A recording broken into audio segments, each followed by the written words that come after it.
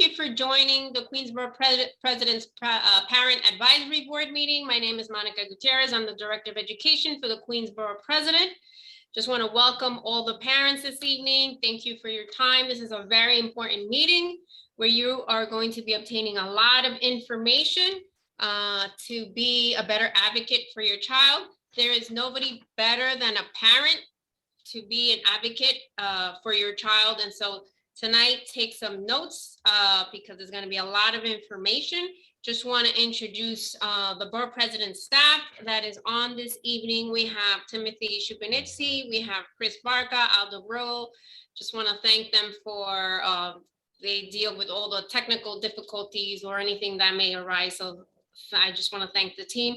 We also have Deborah Dillingham, who's the Queensborough President's representative on the panel for education policy, better known as the PEP. We also have Carrie Iep, United Federation of Teachers, liaison to the Division of Specialized Instruction and Student Support, who will do the PowerPoint presentation. We also have Abby Lewis, instructional lead, special education for Queens North for the Department of Education.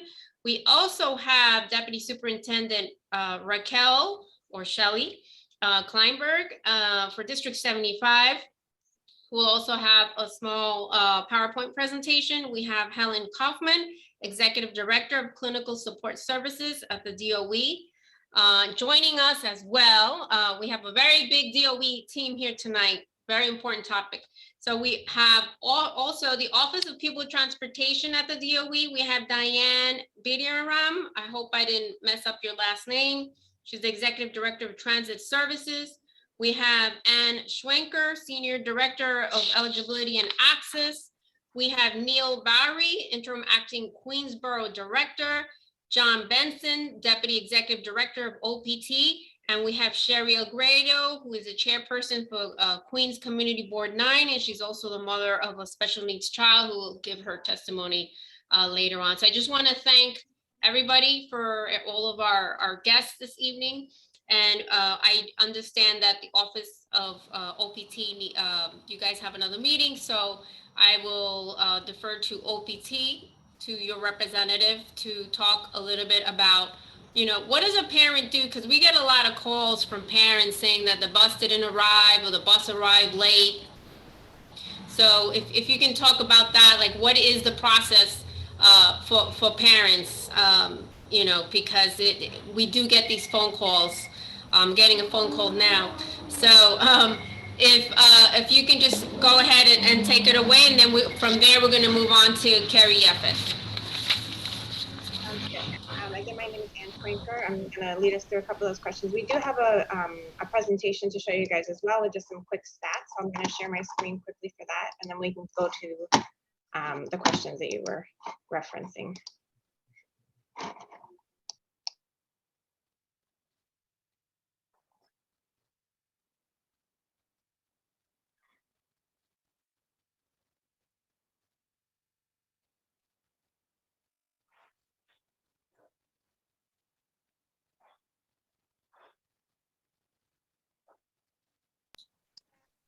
If you can unmute yourself, Anne. Thanks.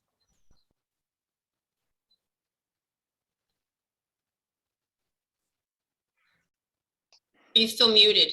Okay. There we go. When I started sharing my screen, it paused it for some reason. Sorry about that. Can you guys hear me now? Yes. Yeah. Yes. Okay, great. Sorry about that. All right. So I was saying the scope of our student transportation in New York City. We have the largest ground fleet in North America with about 11,000 vehicles, which is about twice the size of the MTA. We provide bus service for public, charter, and non-public school students, and students receiving busing in schools in New York City's 5 boroughs. We also, serve students that attend school in Westchester and Long Island, New Jersey, and Connecticut for those students that attend schools outside of the city that have special needs. For some quick stats, we have about 11,000 vehicles. We move 152,000 kids, and we serve over 2,700 schools, and 700,000 MetroCards are distributed. Some of those are for students, and some of those are for parents or special programs. And we have over 70 contracted school bus vendors. When we talk about Queens specifically, we've got almost 13,000 students in Queens that travel on curb to school routes. Curb to school routes are those that serve students that have a variety of different circumstances, but many of them are students with an IEP that mandates transportation. And of those, almost 7,000 of them attend a District 75 school. Again, a little bit about our health and safety protocols. It's very important to us to make sure that everyone is healthy and safe on our buses. And as we are, leading us all through this pandemic, we're following the guidelines outlined by DOHMH as well as the CDC and the state for busing. Our windows remain open, and we do our best to make sure that air is flowing to keep everybody safe and healthy. We are in accordance with all the CDC and New York State guidance in terms of physical. We're not requiring physical distancing, but we are doing our best to stay within the guidelines and making sure everyone's healthy and safe. And every night, all the buses are clean and disinfected following CDC protocols. And as same as in schools, we do require health screening be performed before students get on the bus. And in terms of vaccination, our bus drivers are vaccinated according to the private sector mandate that went into effect in December 2021. And then just touching on a couple of frequently asked questions. So one of the things that we hear a lot is when you have ongoing busing issues, which is kind of what you were touching on, what are we doing to help those families? So overall, it's been a tough year. We've definitely had, as many others, areas of business have had issues with having enough people to provide service. We've had driver shortage and things like that. We are overall seeing a positive, we're seeing it's overall becoming better across the city. And even although all having at least one family that's having an issue is unacceptable, it is increasing going in the right direction. And overall, we're seeing that there's a 57% drop in calls to our call center, which shows us that things are getting better. And we do have a dedicated team to respond to those calls. But when the question of what do I do when I have a family that is having an issue comes up, the answer is get a call into our call center so that we can be aware of the problem and respond accordingly. What's different about our customer service line is that we've restructured it recently.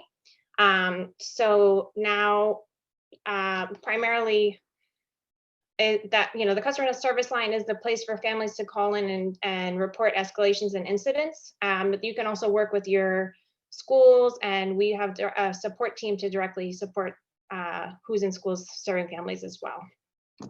And all right. And if you have any other questions, that's our contact information, which we'll also put in the chat. I'm going to stop sharing my screen now and respond directly to the questions that you're asking. Thank you. So I have a question. So what is that customer service line that you mentioned? What is that customer service phone number? And if you can please put it on the chat. I will put it in the chat for sure. So the customer service people also watching who have no access to the chat. So if you can just share it, because this is being recorded, and so that way they can sure know that number as well. Thank you. So the customer service number is 718-392-8855, and I'll enter that. That was 718-392-8855. You can also find that information on our website, which has lots of other information that will also serve families to answer questions that they may have before having to make a call in. So it's a good resource for families. And I can put that link in the chat as well. If you just Google school, if you go to the URL schools.nyc.gov/transportation, you'll get a good overview of lots of things and answers to many questions. Okay, so yeah, if you can put that in the chat. So again, you said schools.nyc.gov/transportation. That's the website, right? That will take you directly to Office of People and Transportation website with all the information. Schools.nyc.gov/transportation. Great, and the number again is 718-392-8855. I hope that parents are taking this down. Okay, let's see here. So there are two questions here already. Says, I have struggled the last 2 weeks with busing for my son. I spend a lot of money on Ubers to get work in order not to get to work later than I already was due to my son's bus coming late. Am I able to be reimbursed for Ubers paid because of busing issues? Yes, so we are offering reimbursement for families, and the way to submit those is there's a form online. You can also send an email to the busing exceptions at schools.nyc.gov, and we're able to provide reimbursement. But it's also very important that you report any issues you're having so that we can make sure to address them. So make sure that you're calling in and providing an incident so that we can follow up and solve the problem at the source to avoid the need for reimbursement. But definitely, we do know that lots of families have struggled with that, and there's been issues, and we do want to respond to them and provide reimbursement where it's applicable. Okay, now you were saying, what's that website that they have to go to in order to get reimbursed? You said busing exceptions, and if you can put it on the chat, please. And just Sure. so that people who are not on, who didn't RSVP and are just listening to us, if you can just share what that is again. Thank you. Absolutely. So there's a form online, which I'll put in the chat. And then there's also, you can send an email to busing exceptions at schools.nyc.gov. Okay, thank you. So busing exceptions at schools.nyc.gov. Okay, thank you. All right, let's see here. It says, prior to the pandemic, there was discussion regarding the placement of a communication system on buses so that parents could know where their child's bus was located. Is this still on the table? Yes, definitely. So we have a huge project in place to modernize OPT. We're trying to make lots of changes, and one of them is a caregiver app. It's in progress. There has been some delays because of COVID, and it's the pandemic has slowed where we wanted to be, but we are looking forward to our a rollout in the fall for some, a small portion of the city so that we can, make sure that the functionality is working, and hope to get that to the whole city soon so that people will be able to have an app to see where their bus is, and, bring us all into the 21st century. Thank you. And if you can put that busing exceptions link on the chat as well, please. And I just want to go over, because, every year it doesn't fail. We get the complaints from parents about the AC breaking down and children being on the bus, that, the temperature is beyond humane. And so if you can just address that, what is the policy at OPT when it comes to, are the buses inspected? Like, do you have your own inspectors that come out and inspect the buses to make sure that, that they are, per code when it comes to the students? Absolutely. We have an inspections team, and we actually, as the weather begins to get warmer, but before we get to that point where we know it's really going to be at its warmest, we send our inspectors out to check out the buses and make sure everything's up to code. And as calls are coming in, we send those inspectors out to address the calls that we receive. So if you have an issue, you should call into the call center. That incident will get logged, and we'll be able to send an inspector out to figure out what's going on with that bus. Okay, yeah, great, because I get many calls where parents don't know who to call. And so they end up screaming at the bus driver, and then they go to the school and they, talk to the principal that has nothing really to do with it. And then it's just, it seems like a never ending circle. So you're saying they should go straight to that 392-8855-718 number. Yes, they're able to enter a call. And then that way you guys can check. Now, once you guys get a lot of complaints, let's say from a specific bus company, right? Do you guys log that on and set an investigation of some kind where you guys may reconsider their contract and maybe take another contract instead? Is that something that you guys do? So, our contracts are set, and we don't really have the opportunity to, we do reconsider our contracts at all times, but it's not in response to issues. But as issues are reported, we definitely have direct contact with our vendors to address them and try to work closely with them to remedy whatever the situation may be. Great, thank you. It says, what is being done to address the bus driver shortage? Many times the bus is late because there is no driver. Yes, so as we are very aware of the bus driver shortage, we're doing everything we possibly can to address it. We're working closely with our vendors to try to come up with some other solutions, one way that we've tried to increase the number of drivers is to allow our bus vendors to hire from other city agencies that have similar licensing to try to increase the pool of drivers in an effort to, increase the number of people we have on buses, because it's definitely a huge issue.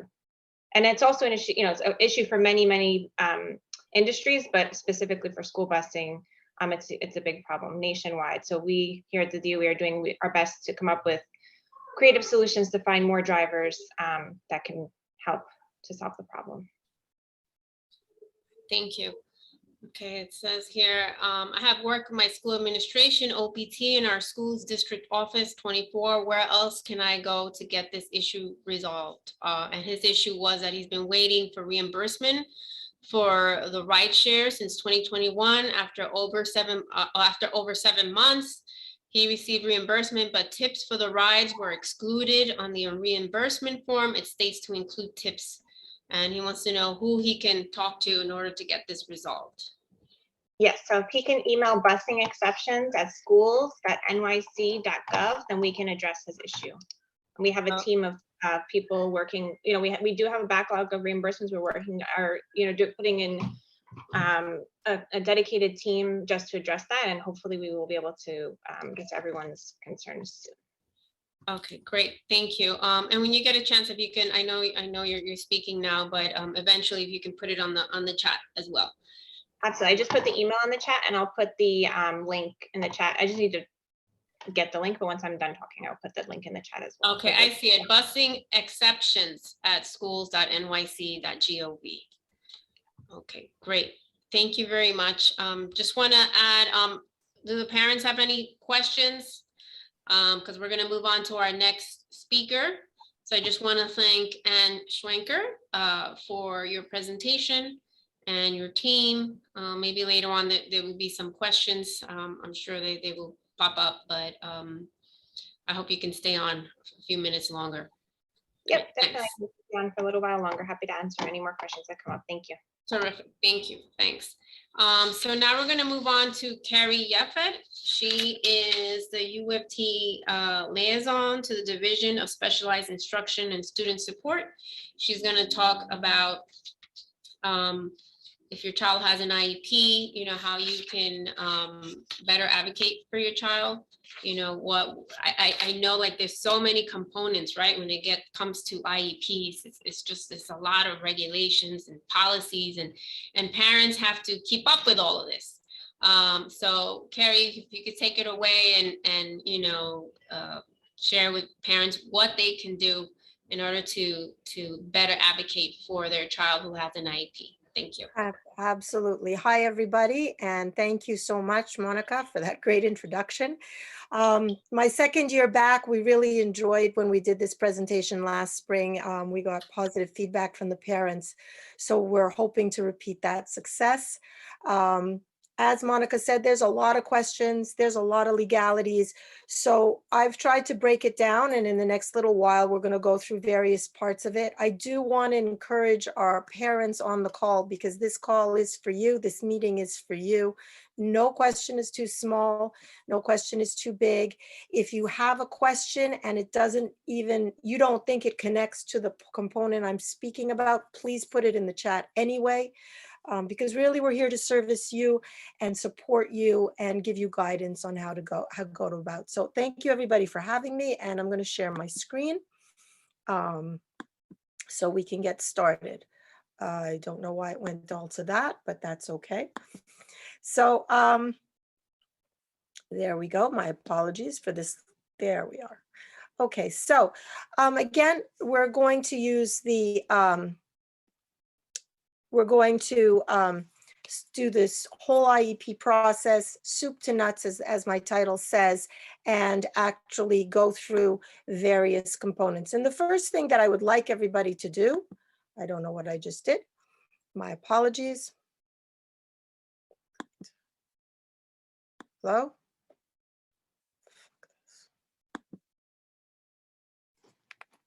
There, sorry.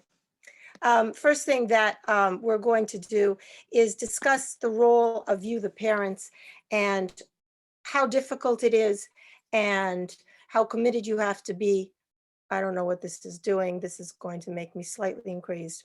How difficult it is. Thank you, Monica. To advocate for your child. And I'm just going to try again and just start from the beginning. So the first thing, my apologies, everybody. I don't even see it. Okay. Monica, do you want to put it up? I believe you have it. I'll pull it up for you in 1 second. Thank you. I'm sorry. So while we're getting the technical difficulties taken care of, the first thing that, thank you so much. The first thing that we Thank you, know Tim. is, thank you, Tim, is to know exactly how to be organized in terms of your child. You know your student best, your child best. You know how they are as a student. You know how they learn. And as such, it's really important to be organized with who you're speaking to and how to make sure that the right people are connected to support your child. Next slide, I guess. Thank you. So we always advise our parents, please, please, please keep notes. Keep a separate binder of who you've spoken to about the issue, the time you spoke to them, the date, the contact information. Keep a list of names of people you have spoken to and how you can reach them quickly. And while you're discussing with those individuals who will assist with you, while you're discussing with them the issues of your children, make sure you're asking them not only, this is what I'm concerned about, but ask them, how can they help your child with that concern? It's very important to be aware schools have many, many programs, both during the school day, outside of the school day, that can assist your child, whether they're struggling with an organizational issue, a reading difficulty, a math problem. And it's best to ask in advance that you're not expecting not only to hear your concerns, but you're expecting them to work with you in collaboration to support your child. People that you can contact at your school, your child's current teachers, obviously that would be the first go-to, whether they're seeing the same things you're seeing when your child brings homework. You can speak to the school administration, the principals, the AP. The school may have academic specialists, reading specialists, other academic intervention programs. The guidance counselor would be aware of that. And in addition to those individuals directly at the school level, there are other individuals at the district office, other district organizations, including the Queensborough President's Office, who can assist you, some of which are actually here on the call tonight. So it's a perfect venue for you to be able to amass a contact list of people that can assist you. Next. Thank you. So for example, in-school assistance, as we said, what support programs are during the day that the school can offer you? Do they have an academic coach that's giving extra help in reading, in math, in homework help? Do they have an after-school program? Can the guidance counselor, the school psychologist, assist with any behavior or emotional needs that your child is undergoing? Our children change, and sometimes those changes are a difficult transition, and absolutely being supported in the school is always helpful. Other programs, this particular year, the Department of Education rolled out the special education recovery services for those students with IEPs. And the primary focus of these recovery services was to support your child to overcome any lags, any difficulties that they experienced due to COVID and COVID closures and working remotely and half the day, etc. Each school was supposed to offer these special education recovery services. They were to be offered either after school, at the school itself, with busing provided after, and or on Saturdays. In some cases, it was even offered remotely. So I'm hoping the parents on the call took it with those parents on the call who have children with IEPs, they took advantage of those services. Our hope is that similar support will continue next year. please, please, please make sure at the beginning of next school year, September, you reach out again to your school support individuals and ask them what extra help is being offered that would benefit my child. And in addition to the special ed recovery services, which were for students with IEPs, many schools now have other after-school programs and Saturday programs, whether or not your child has an IEP or not. Always ask about them. Always take advantage if you feel that your child would benefit. Thank you. So another thing that parents should be aware of is what kind of resources are out there. And here on this call, on this slide, are a list of, again, resources, some online, some individuals that I just want to go through. So the first item on this slide is actually a link to the New York City Department of Education's Standard Operating Procedure Manual, or what we refer to as the SOPM. It's important to understand that this document here is the actual special education compliance manual. So what is in this document must be implemented at the school. So for all of the parents here whose children have IEPs or are in process of potentially being evaluated for an IEP, this is a document that's accessible to anybody. You can literally go onto Google and you can put in the letters SOPM, and the first link that will appear is the New York City Department of Education. You want to see the words Info Hub, it will take you in. This document is very user-friendly. Each table of contents is a hyperlink. So if you have questions about referring your child to be evaluated, which we're going to talk about next, this document will actually detail how that process looks, including timelines.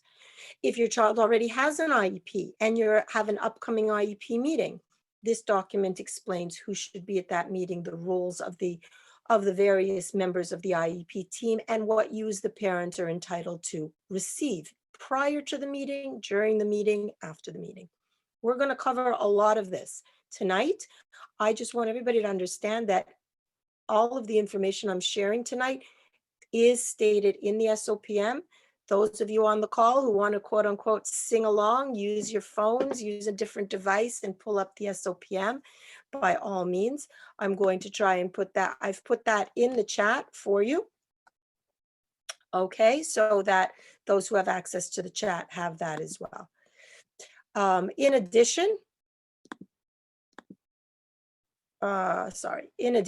to what's in the chat, there is a special ed compliance complaint that can be filed. I want to emphasize, this is a confidential complaint that can be filed by parents if they feel there is a situation occurring at their school that has not been resolved at the school level already. I want to be very clear. Our first line is always to try and resolve at the school level, but sometimes it's even beyond the control of the school. And this is where this compliance complaint could assist you in resolving things. For the Borough of Queens, any special ed compliance complaint that is filed, I personally address. I've had complaints about delays in evaluations, getting appropriate placement, bilingual instruction, getting a difficulty with bilingual instruction getting started, a whole myriad of issues that, again, efforts were made to resolve at the school level and couldn't. So this is another tool, resource for you to be aware. And I will certainly be putting my contact information in the chat. It's also at the end of this presentation. So if you have questions tomorrow, next week, next month, by all means, you can reach out as well. Additionally, as we said earlier, there are individuals at the school, the teachers, the administrators, the guidance counselor. Each school has a parent coordinator. So if you have a concern and you're not sure who would be the best person to approach, contact your parent coordinator. They will assist you in directing you and connecting you with the appropriate people. The district office also has parent representatives. And in addition, you can always call 311 and they will also connect you with the Department of Education's Division of Specialized Instruction and Student Support. So there's a whole team of people waiting to help you out there. Next, please. So now we're going to start, as I said, with the IEP process as a process, beginning with referring your child for evaluation. Next. So from the time that a request is made for your child to be evaluated, and the time through that process and reaching a placement, reaching the services or the program of instruction that your child will be receiving, there are, as you can see here, multiple steps. We start with what's called the initial referral. It then goes to the evaluation process. After the evaluations are completed, a committee will meet, the IEP team, to discuss the results of those evaluations, to discuss if your child is eligible for special ed programs and services and under what category. Then at the meeting, we will develop the IEP, the individualized education program that will be specific to your child and will describe how your child performs in school, areas of strength and weakness, and what programs will best support them. Finally, then the programs and the services will be placed, followed by additional monitoring, whether it's a review of that annual IEP. Every year there'll be a meeting, whether you or other individuals request a meeting to update the document and the reality of your child, and other monitoring tools. And we're going to discuss all of these various stages. As I go through the stages, again, please, I'm going to pause after each section, and I'm going to invite those who have questions to put them in the chat, and we can take a few questions before moving ahead to the next section. Next, please. So the timeline of this process can be considered in some ways lengthy. Some parents actually have reached out to me, what's taking so long? It is important to understand that from the time that a request is made for your child to be evaluated, whether you make the request or a teacher at the school makes the request, within 10 school days, the school must contact you that that request has been noted, and in those 10 days, they will contact you to discuss setting up an appointment for an interview so that you can give the school social worker the social history of your child.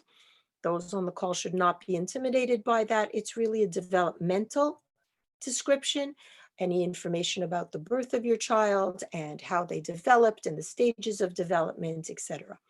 That's all that information is. And at the same time, they're going to get your consent, your permission to evaluate your child. In that time period, you may also be asked if you would like to have a meeting to discuss the request and whether there's other programs and services at the school level. That's 100% great. And we'll discuss that in more detail. That once you've given consent to evaluate, the school has 60 calendar days to complete those evaluations. So I want to be clear, weekends count, vacations count, days off count. It is 60 calendar days. If that request, if the consent to evaluate is given on March 1st, then exactly 60 days later, May 1st, those evaluations should be completed, and within 10 days of March, and then within 60 school days of March 1st, there should be scheduled an IEP meeting to discuss those evaluations. Okay, so that we can have the meeting and ensure that services are provided in a timely manner, generally 10 days after the IEP meeting is held. Next, please. So again, just to reiterate, if the parent is making the request at some point does have to be submitted in writing. Parents do not need to start looking around the school. What form do I use? Can somebody give me the form? There is no special language or letterhead. You write a simple, clear letter. I want my child. You give the name. You give the New York City identification number if you have it on hand. You make sure there's a date, again, so that the timelines are aligned to. And you submit it to, could it be to your child's teacher, could be to anybody else on staff, could be to the main office or the guidance counselor. And they are tasked with ensuring that within one business day that you submitted that letter is noted, that letter is submitted into the DOE's system for special education services, and the clock starts ticking. It's very important that, again, to the first slide, keeping notes, always make sure any communication that you are having with the school, that you have a copy. So if you're submitting a very nice letter, please have my child evaluated, make sure you have a copy. You can submit a handwritten letter. You can email your teacher or somebody else at the school. You can fax it in. There's no special fancy process. Not only can you do it through those methods, you can verbally make your request to any school of professional. So again, you can tell the teacher, I've decided I want my child to be evaluated, and they will promptly assist you in writing the letter. If it's an issue of language, the letter can be submitted in the language that you're most comfortable with, and the school will then work on the translations. Okay, I want that piece to be clear. One other component that's important to know, it's if you feel strongly about your child being evaluated, that evaluation process can be carried out even if your child is in a program for extra support. It does not have to wait until that program of support finishes. There does not necessarily need to be a delay. In some cases, a delay trying to give the kid extra support in class will be helpful. And in other cases, if it's clear that there's something going on and you, the parent, want those evaluations to go forward, you can insist on that. Okay. Another venue where a request can be made is one of the teachers can put in a formal request to have your child evaluated. If they are making such a formal request, their request will include the reasons for the request, what the evidence is, where the areas your child is struggling, and what they've used to base it on, whether it's test results, projects, records, etc. Their request will have to describe all the various types of support they tried with your child in the classroom to overcome these difficulties. And almost as importantly, or just as importantly, it must describe the extent of parental contact, which means they should have regular communications with you about the struggles that your child is having.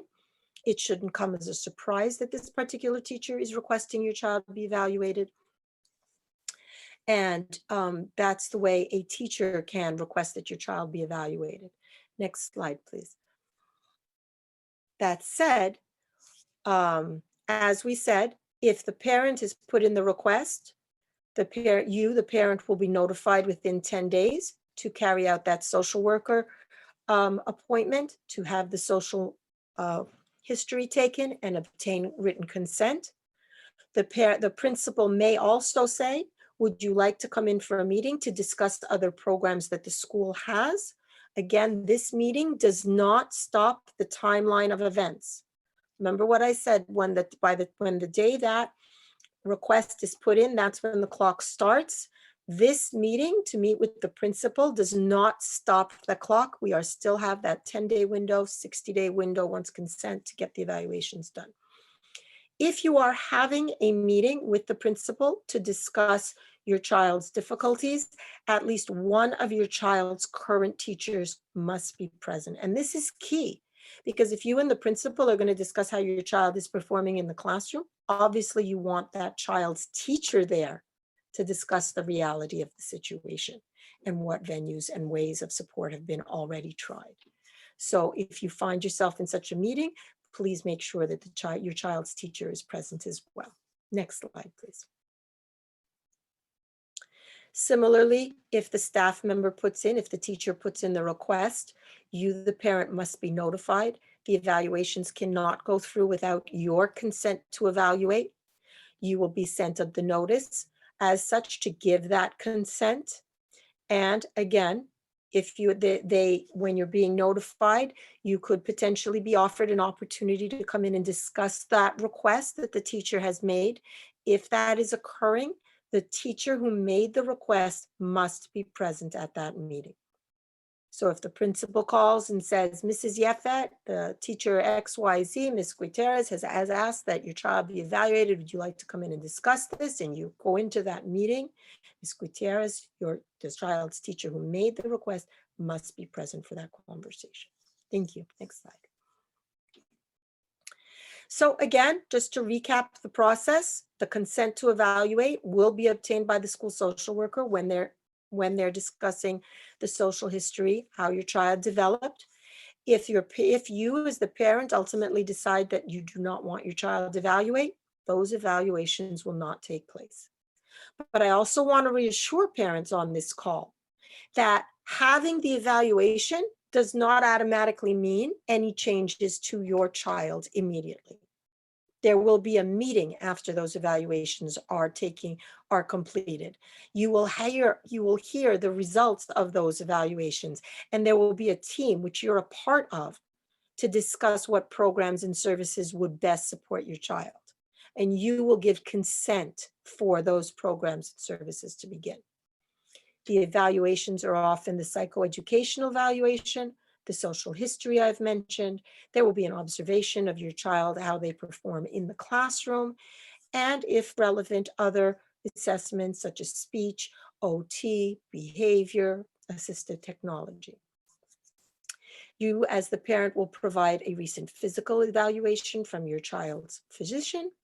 And if English is not your home language, again, there is a team at the school that can actually meet to determine if your child's difficulties are due to a special education issue or due to language acquisition issues.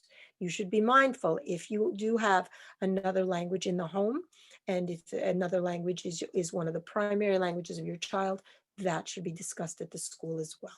Thank you.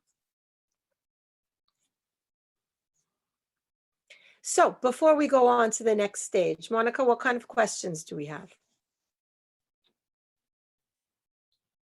I don't see any questions as of yet, but I know I have a few questions. Wow, but I'm just gonna wait until maybe the end. Like for example, how do you appeal a decision? You know, many parents feel that their child needs additional services when the school's saying, no, they don't need any more, any more speech, and the parent feels. So maybe you can touch up on that, what can a parent do, right, to appeal that? And then, maybe I have a question, but for the DOE later on about, I know that money is allocated to schools for special needs children. And then when the child comes for services, the school says, oh, we don't have money for that. And it's because it was moved to or repurposed for something else for the school. So how does a parent fight that, or how could we fight that on a policy end? And I can go on, but I'll let you finish your presentation because I have a few more questions. Thank you. Thank you. So actually, it's interesting that both topics will be covered in the presentation. I'm going to backpedal it. So in terms of the budget and money, and certainly absolutely we'll open it up to the panelists, but there is a component coming up about how IEP decisions are to be made solely based on your child's needs. And I'll go into that in more detail. And then towards the end of this presentation, there is a section about due process, and that due process is the parent's rights in terms of agreeing or disagreeing with those decisions and what steps to go next. So absolutely stay tuned. We're covering those information. And thank you. And also if you can add in there, and I'm sure it's part of your presentation, sometimes the school cannot provide the service, the district cannot provide the service, no public school can provide the service. So, and then the parent ends up suing the Department of Education in order to pay for private school. So maybe if you can talk a little bit about that process in your presentation. It's probably in it already, but I will be quiet and you can continue. Fair enough. If anybody again, everybody out there, please send in your questions in the chat. Monica, if you see something, by all means, I can interrupt. Do you know what I'm saying? We don't have to wait for a pause. You could just put your hand up and I'll know to stop, and we can keep going.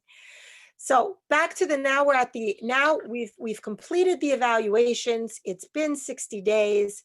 We waited carefully and patiently, and now we're going to discuss the IEP meeting, who will be attending, what you can expect as the parent, and how those, as Monica just pointed out, how those decisions are made.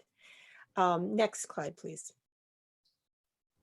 Thank you. So again, referencing that document that I talked about a few slides back, the SOPM, this page is actually directly out of that document. And the reason I included it is A, to show you what an IEP team looks like, or a potential IEP team, and B, to again emphasize how easy this document is to navigate. So firstly, please note this chart has 4 different kinds of IEP meetings. The annual, that will take place yearly, where you, the parent, are invited to the school. Your child's teachers will be there. If your child gets related services, speech, OT, PT, guidance counseling, they will be there as well. There will be somebody called the district rep, and you, the parent, can bring, if you want, a representative to assist you with the process as well, referred to as a parent member. A physician can be brought in if necessary. But at the annual IEP meeting, your child's current special ed teacher, general ed teacher, again, the key words being current, this year's teachers should be present at the meeting. Your child can attend, particularly those of you on the call who have older students who understand the implications of these meetings, the district rep, and these individuals must be present. And whenever it says must attend, it means in its entirety. You as the parent should never experience that you're having an IEP meeting, whether it's in person or remote, and you see the teacher briefly. Teacher comes in, says your piece, and leaves. A related service provider, such as OT and PT, they could potentially come in, discuss that particular service and leave. But for the other parts of the members of the team, the 2 current teachers must be there start to finish. Similarly, you, the parent, should be there start to finish. These meetings aren't come in, come sign your name. This is what we do at the school. Thanks for coming. We'll do the paperwork. We'll be in touch. That is not an IEP meeting. We'll go into that in more detail. Another type of IEP meeting is the initial, when you're getting an IEP for your child for the first time. And again, this document lists who must be there. In this meeting, in addition to the other individuals, there must be a school psychologist present. If your child is going to be reevaluated, again, the team must be there, including the school psychologist. I want to explain, every 3 years, your child will be reevaluated to compare how they did last time they were evaluated to how they're doing now, and be able to discuss if those special ed programs and services are actually assisting to support your child to be successful. As a rule, and again, this is noted in the SOPM, the 3-year reevaluation should not be waived routinely. So if you are contacted by the school and the school says, listen, we think we have enough information that we don't need to give the evaluations again to your child. We think we have enough information to reach a decision. You have the right to say, thank you, but I am not in agreement with that. I want my child to be evaluated. It's been 3 years. I've had parents call me and tell me, my child was evaluated when they were 10 years old and they're now 13, and the school wants to waive these evaluations. And there's a big transition between 10 and 13, just as 13 to 16, 7 to 10. So again, you have the right to ensure those evaluations are carried out. And finally, the full committee. And the full committee is often in place, particularly for those situations, as Monica was discussing, where there are disagreements regarding what would best support your child. But this actual table of who attends and who are included in the IEP team is in the SOPM document that I put in the chat that I advised you to follow along. And when you're in the chat, each role is also a hyperlink. So you could actually click on parent and see the guidance regarding what you're entitled to receive, how to best prepare for the IEP meeting, what to expect the teachers to bring to the table, what type of discussions will take place. Very valuable tool. Thanks. Next slide. Again, the team will meet, and I can't emphasize enough, you, the parent, are an equal member of the team. The team must use a consensus-driven process. Consensus means we're going to discuss how your child is doing, and we're going to forge an agreement. I see your child this way, you see your child that way, a third person sees their child this way. We're going to share all of those concerns and information and details, what we know about your child, and together reach a consensus about what would best support the child. The team will discuss eligibility, under which category would best describe the difficulties your child is facing, their educational needs, what educational programs would be best supported, and in terms of type and intensity as well. In addition, any other factors also will be decided by the team reaching consensus. If there are behavior concerns, language concerns, instruction in Braille if necessary for blind or visually impaired students, and similarly communication needs for those who are deaf or hearing impaired. All of this is discussed as a group. I want that to be also emphasized. Next, please. The mandated participants, again, the IEP team members, as I said earlier, must participate in the meeting for the full duration. So if, for example, your IEP meeting is being held during the school day, during one particular learning period, and the bell rings, then there's only two choices. Either, if the meeting hasn't finished, if we're not done making decisions, the two teachers who are present, the current special ed and general ed teacher, either remain at the meeting and the school provides coverage. They do not have to go back to their classroom. If they do have to go back to their classroom, you as the parent should know the meeting then should be adjourned, paused. And part two will be scheduled at a time when those two teachers can come back. Okay? If your child is in an ICT classroom, integrated co-teaching, receiving instruction from two licensed teachers, those co-teachers should be present together at the meeting. Again, it's in its entirety, not tag team where one comes in, gives their explanation and details, leaves to go back to class, and the other. That should never happen. And as I said earlier, related service providers, guidance counselors, OTs, PTs, speech. Sometimes students are seen by social workers for that purposes. They may actually come in and just discuss the service and support they're providing and then leave. Or they may say what the information is relevant to all of the instructional subjects. We're going to stay for the whole thing. But again, you should have multiple people at this meeting. Thank you. So again, very briefly, eligibility. There are 13 disabilities that can be considered in terms of classifying a child for special ed programs and services. The team will discuss which disability, which of the 13 best describes your child based on the results of the assessments that were done, and whether those needs, those areas of weakness, require special ed programs and services. So that your child must be eligible to meet one of the criteria and require special ed in programs and services in order to be considered eligible. Again, all 13 disabilities are listed here.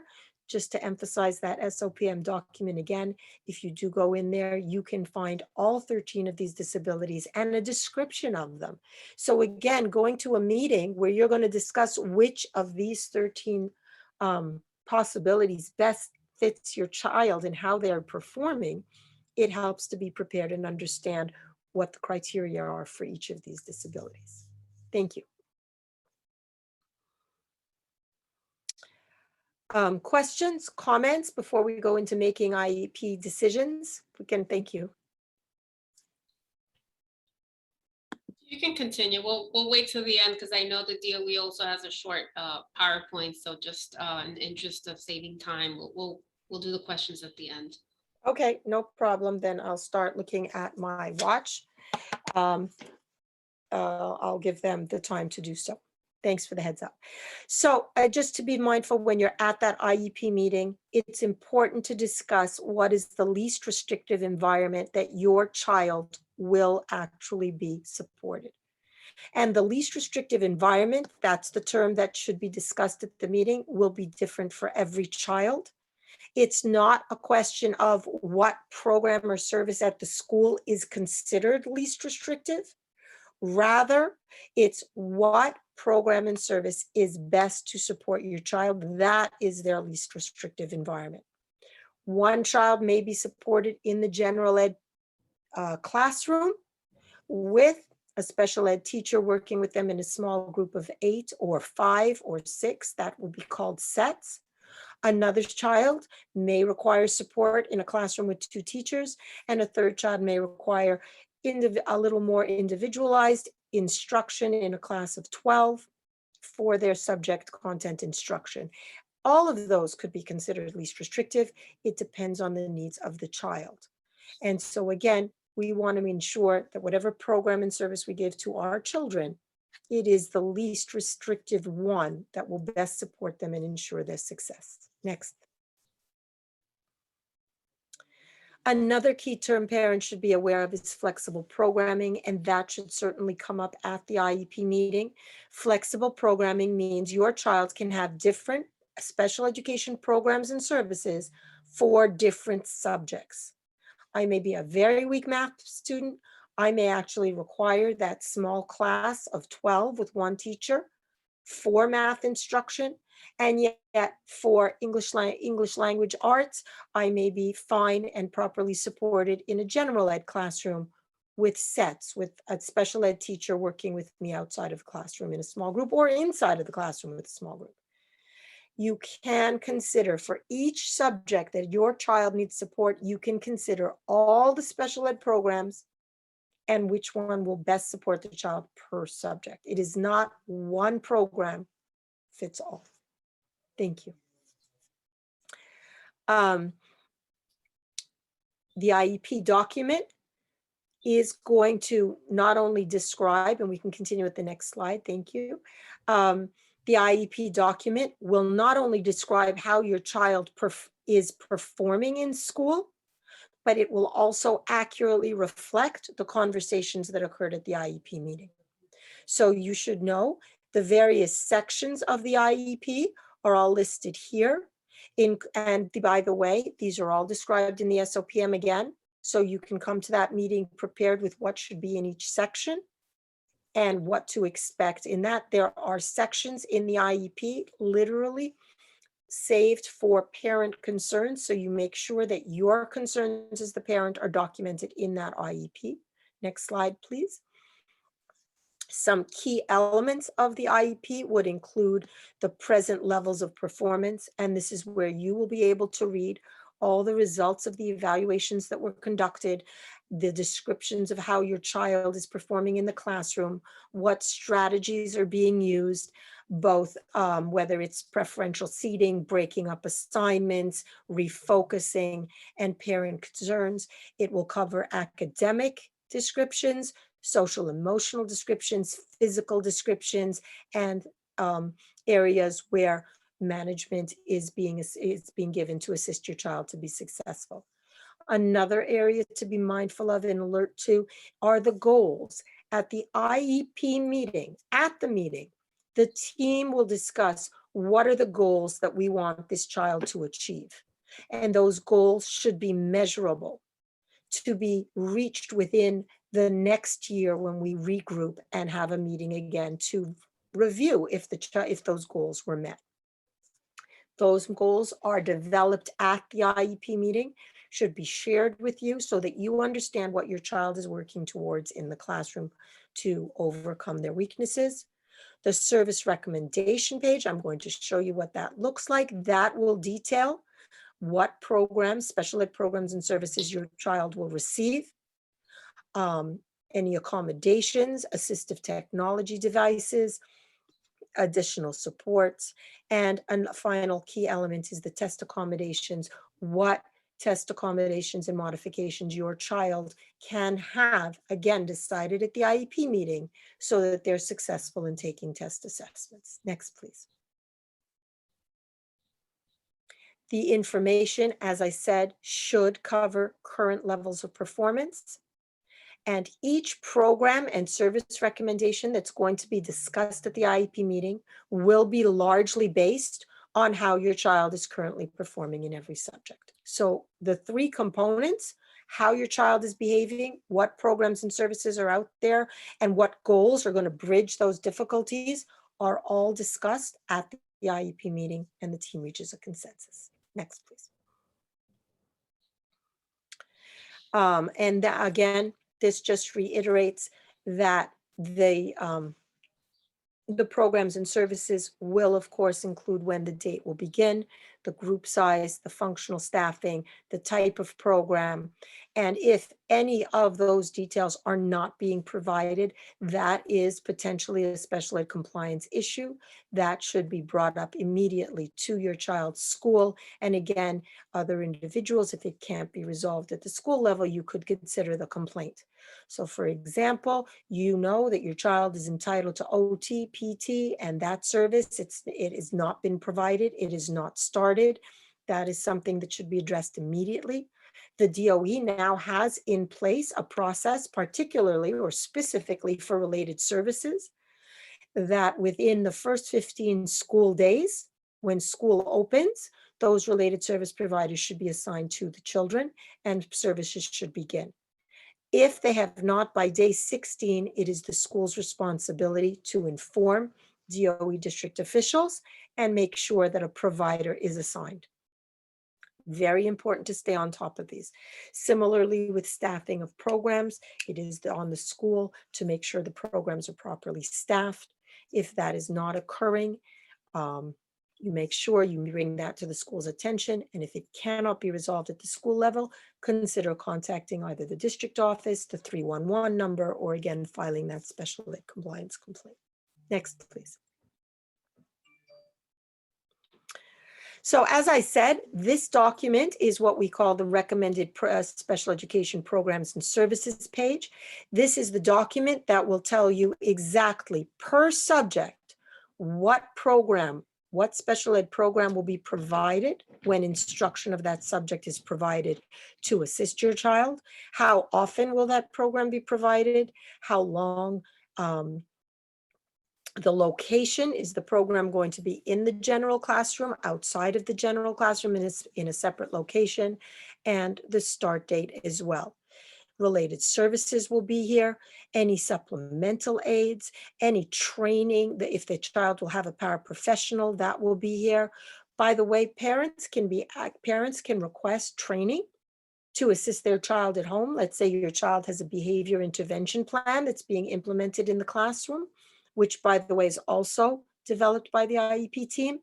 You can request training so that you could carry out that behavior plan at home as well, or any of the other specific supports that are being given to your child.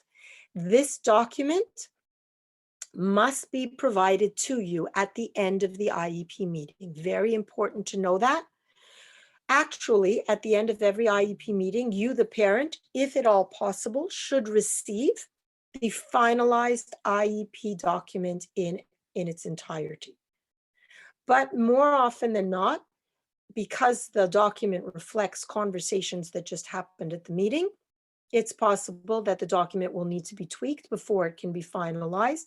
You actually must receive a copy of the entire finalized document within 10 days of the IEP meeting. During that time, however, at the end of the specific meeting, you do not go home without that recommended programs and services page. That is the evidence that you, the parent, have. This is what was discussed at the meeting. These are the programs and service my child will be provided. And now I have evidence of what they should receive in the school to keep track of. Next, please.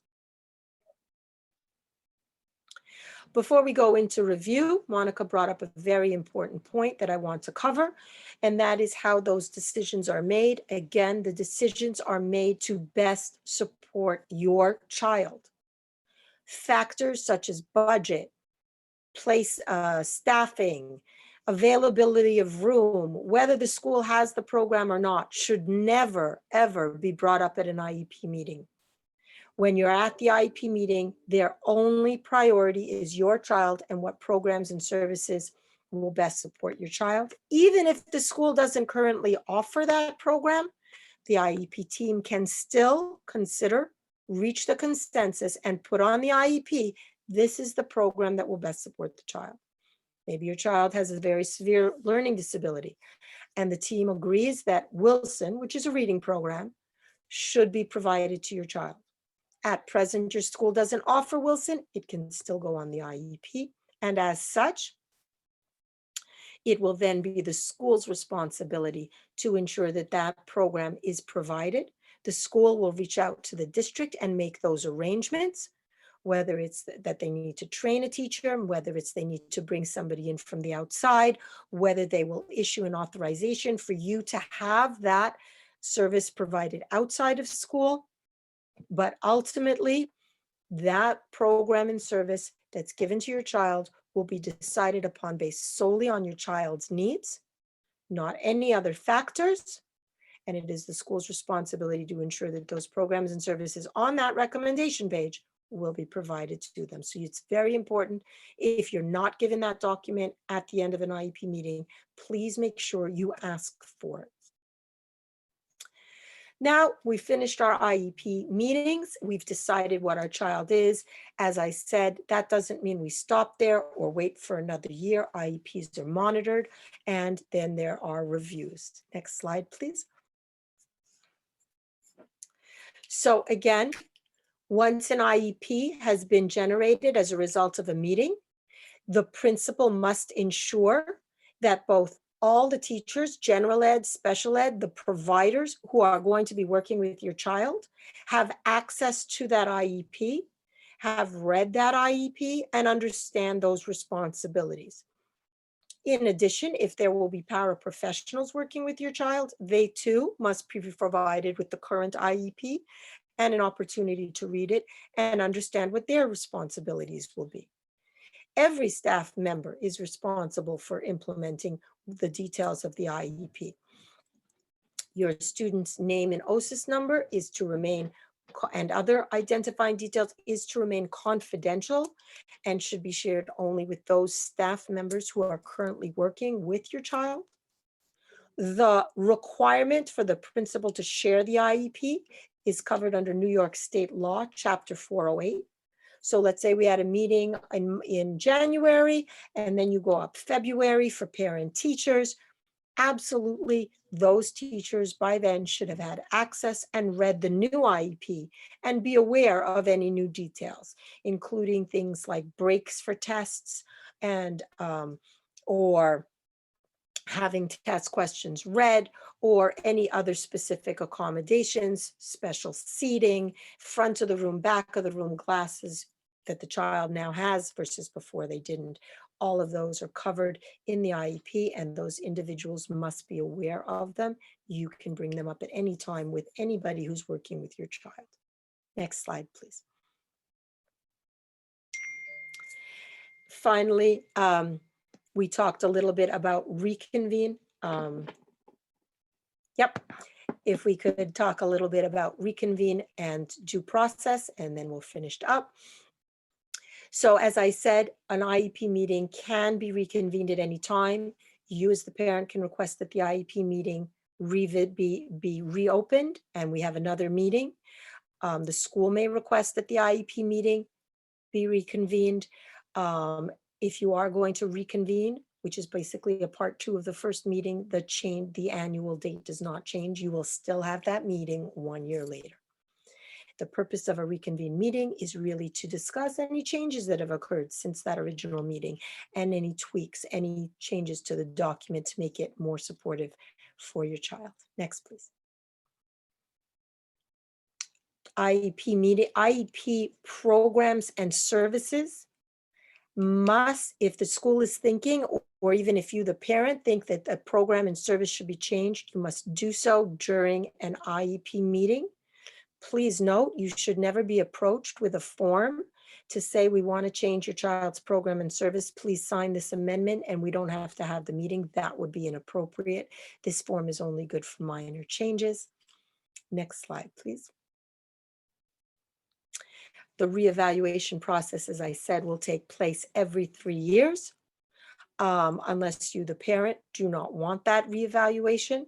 The evaluations should not be conducted more than once a year without you as the parent agreeing, and you, the parent, can request at any time that your child be reevaluated if you feel new information or new developments about your child has occurred. Staff can request that your child be reevaluated, but again, with documentation, and you, the parent, control that consent. Next. And last but not least, due process, very important, as Monica mentioned. In the event that you're at the IEP meeting, whether this is your first IEP meeting and they're talking about starting programs and services, or whether this is you've been doing this for a while and the school is now considering something that you're not in agreement with, you are entitled to due process. It is understood and required that at every IEP meeting, you are given your due process rights in a document that explains how to carry them out. If you are not in agreement with a program or service that the school is recommending, you do not have to consent. You can say outright, I don't agree. And then you can say, I request a mediation hearing. And this means that somebody within the district, at the district level, will schedule a time for you, the parent, and individuals from the school to meet with that district individual to try and mediate the differences. If not, you're still not in agreement, you can request an impartial hearing. And similarly, somebody from DOE Central, from one of the main offices, will get the parties in question to hear and make a determination.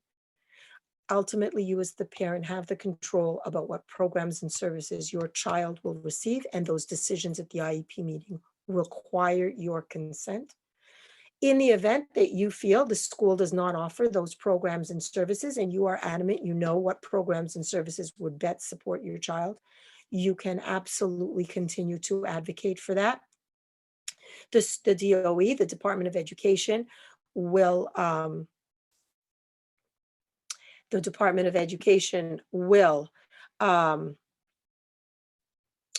actually continue to try and find schools within their district that have those programs and services, and only after those efforts have been exhausted, then non-public schools will be considered. Okay. And thank you, Abby, for answering questions in the chat. Monica, do we have any other Yes, questions? there's a few others, but I know that Shelley was going to do a short presentation as well. So just in the interest of time, just if you know, once That you is completely Shelley, fine. do all the Q&A. We also have Sherry Algrado, who's also going to give her testimony as a parent. Absolutely, and I don't want to take from that. So what I'm going to do is I'm going to put my contact information in the chat. If we can just pull up that slide with my contact information for 2 seconds, so those who are not in the slide can take a snapshot of that. And then I'm done. I also want to shout out my colleague Delcy Rodriguez, who's on here. She's the Queen's Parent Community Liaison at the U of T. So again, anybody who's not in the chat, just quickly take a brief snapshot and you have our contact information. Thank you, Monica. Thank you so much, Ms. Yafet. I think your presentation was amazing. I know that parents received a lot of information, and now they're going to have more information. So now I just want to introduce Shelley Kleinberg. She's the Deputy Superintendent for District 75. Hi, Shelley. Thank you. Good evening, everyone. Parents, it's so wonderful to be here with all of you.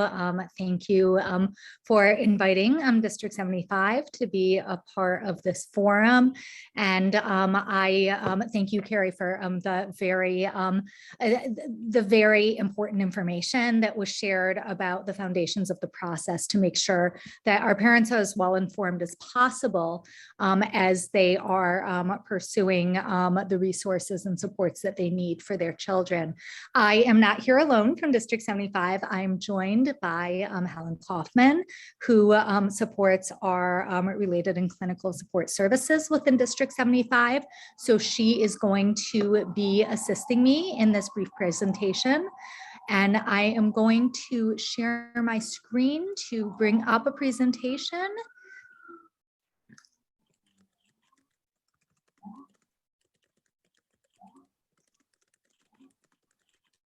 Okay, so we want to follow up with the overall process that you just heard from Carrie by giving you some information about District 75 and where it falls into the continuum of services that are available to students with disabilities. And we do work under the Division of Specialized Instruction and Student Support, and we work very closely with the Department of Education Special Education Office, and we support students with the most significant needs within the city's public school system. So we do have within the Department of Education, just so you understand where we fit in to the supports that are available for students. We do have within the system District 1 through 32 schools that do serve the variety of students that have IEPs across New York City public schools. And there are a variety of services that are provided in District 1 through 32 schools, or sometimes what you might hear referred to, especially in the earlier grades, as the neighborhood or community schools. And there are a variety of services that can be provided to students, such as special education teacher support services, sometimes referred to as SETs. There are some models where there are students with and without IEPs in a class, which could be an integrated co-teaching class.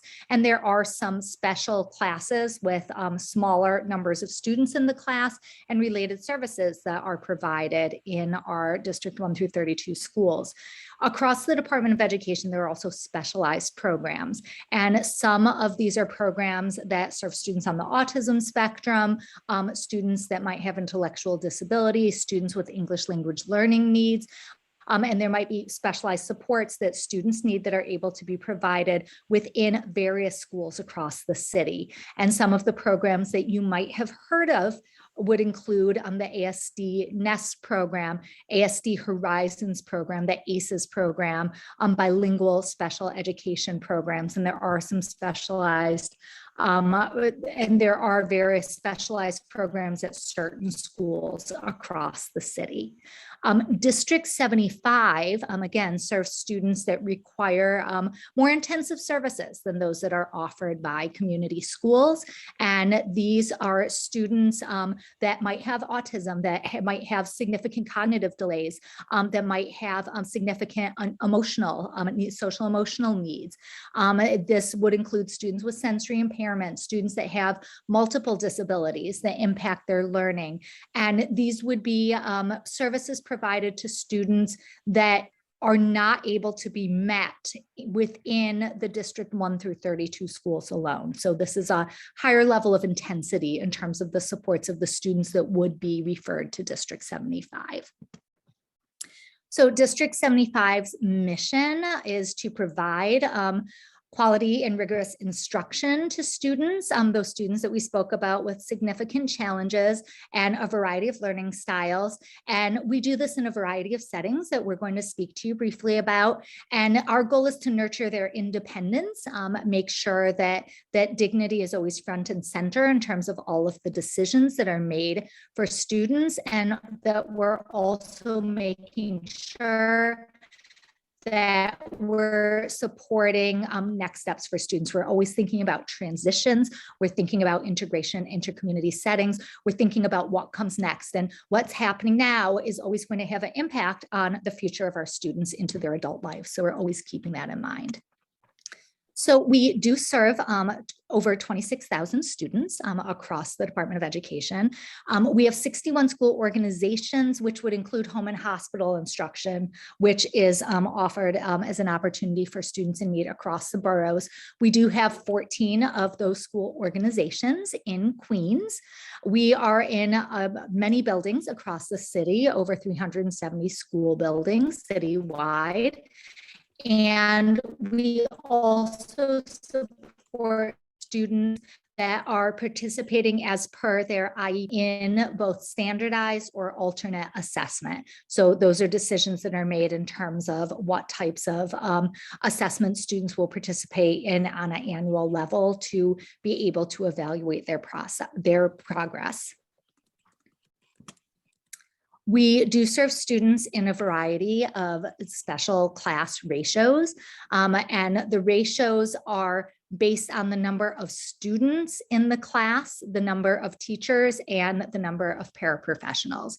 So a 12-to-1-to-1 class, for example, would be 12 students in the class with a full-time special education teacher and a full-time paraprofessional. And we also have designations of ratios that are 8-to-1-to-1, 12-to-1-to-1, or 12-to-1 to 4, which would be serving students that need more staff members within the classroom. So all of this is based on the level of support that students need to be successful. So class sizes are based very individually, as you heard in Carrie's presentation, based on what each student needs. So these ratios are the ratios that are determined by the IEP team alongside of be able to effectively support the level of need that the students have. We're going to hear from Helen in a few minutes about how there might be some extra layers of support in the classroom as well, but these are the class designations. We also do have students across the city, across all 5 boroughs, that are able to engage in instruction in District 1 through 32 schools with special education teacher support services. So these are students that still require assistance and support by a teacher, a special education teacher, and often by paraprofessionals as well, but they're able to have those supports customized both push in and through pull-out sessions while participating in the general education curriculum with whatever support students that participate in both standardized and alternate assessment. So again, the level of intellectual need of the student is able to be supported based on their readiness for engaging in a larger class setting, being in a class with their same age peers, whether or not they're participating in the same assessments as their peers. We do have wonderful success stories, students who are at this level of readiness to be able to engage in these programs that really are able to expand their opportunities by being in inclusive settings. So I'm going to turn the program over to Helen to speak to us about related services.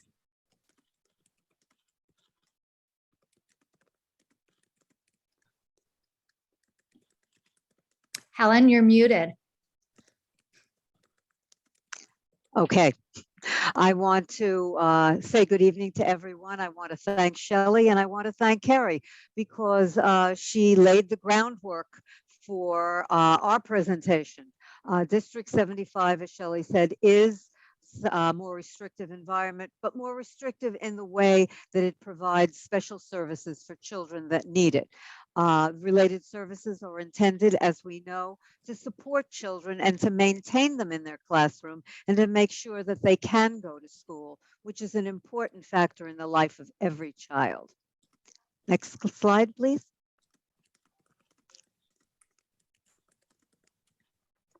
There are many related services that we provide to children, and District 75 is unique in that some of the services that we provide to the city, to the whole Department of Education.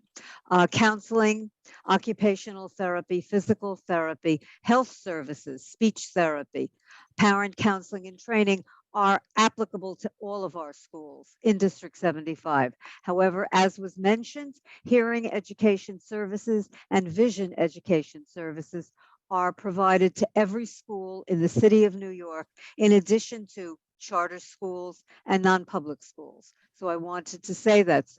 And a lot of these services, based upon the needs of our children, are provided to all children, and many of them receive more than one or two or three of the services. What's not mentioned on our chart also is that when we are unable to provide a service, the District 75 offices of related and contractual services will seek outside provision of services so that we can ensure that all children are served. Next slide. Based upon the nature of our children and their disability, many of our students receive one-to-one paraprofessional services. Children who require health services, behavior management services, special transportation, which might involve a paraprofessional or a nurse on the bus, oral transliterators, which span all the schools in New York City for children with hearing impairments who need an extra adult to either translate or to speak to the needs of a child who cannot either take notes or cannot hear the teacher's message clearly. Sign language interpreters, orientation, and mobility. Orientation and mobility are only for children who are blind or visually impaired, and that's someone to help them transpose or transition through the school building.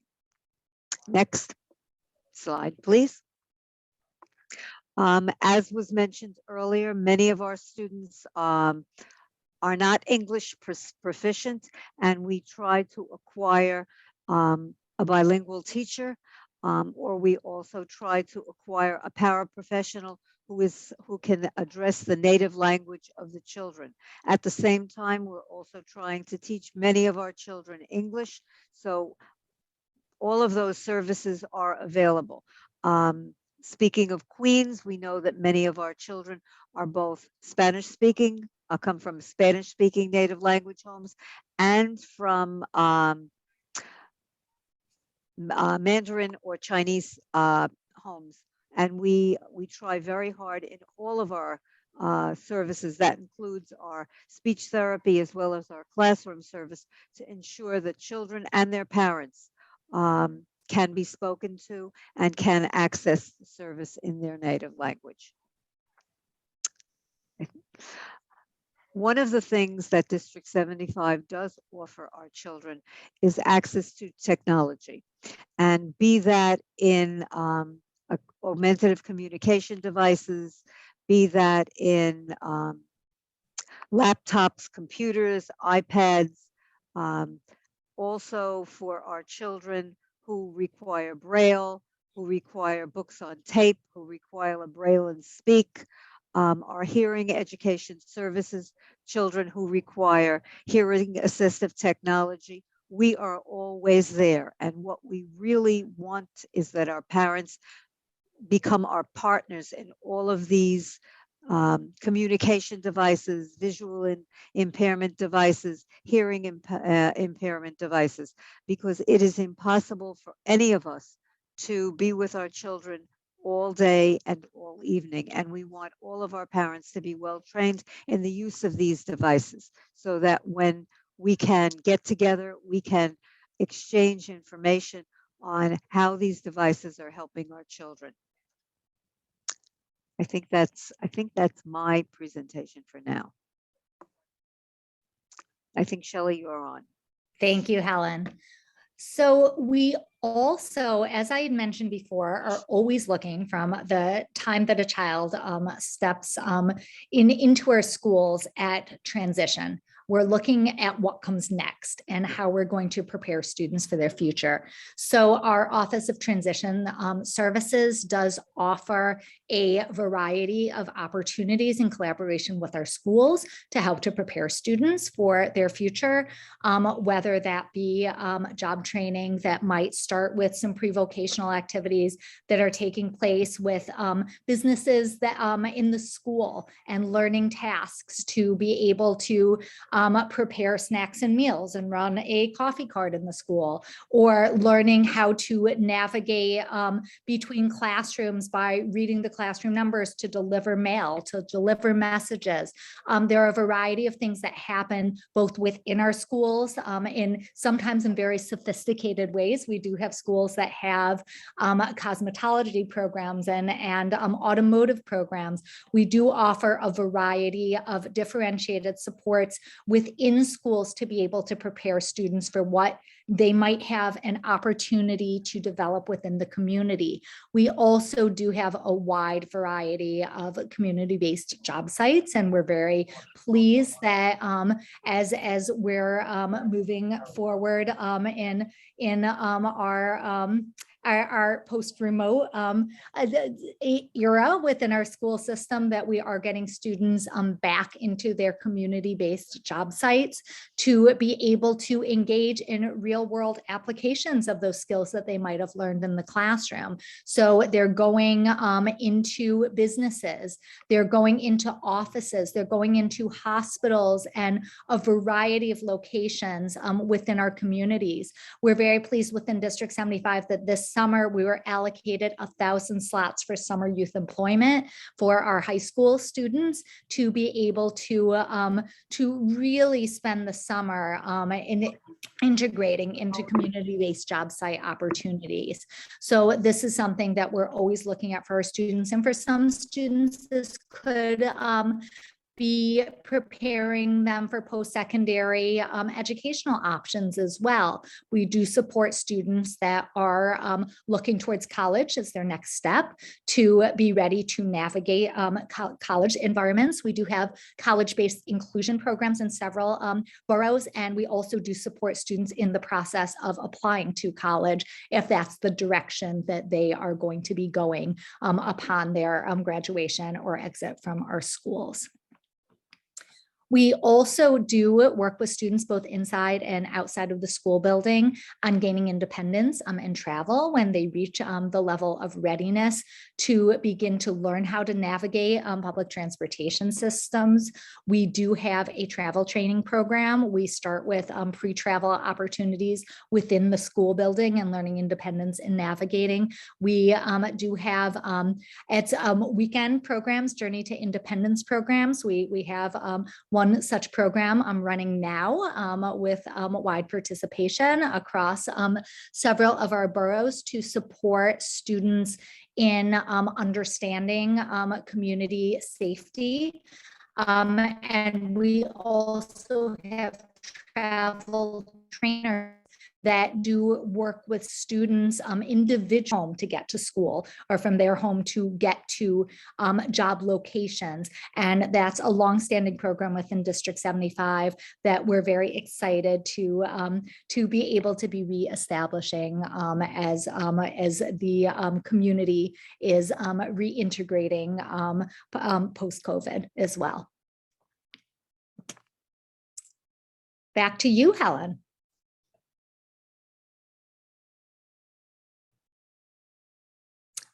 Unmute, please.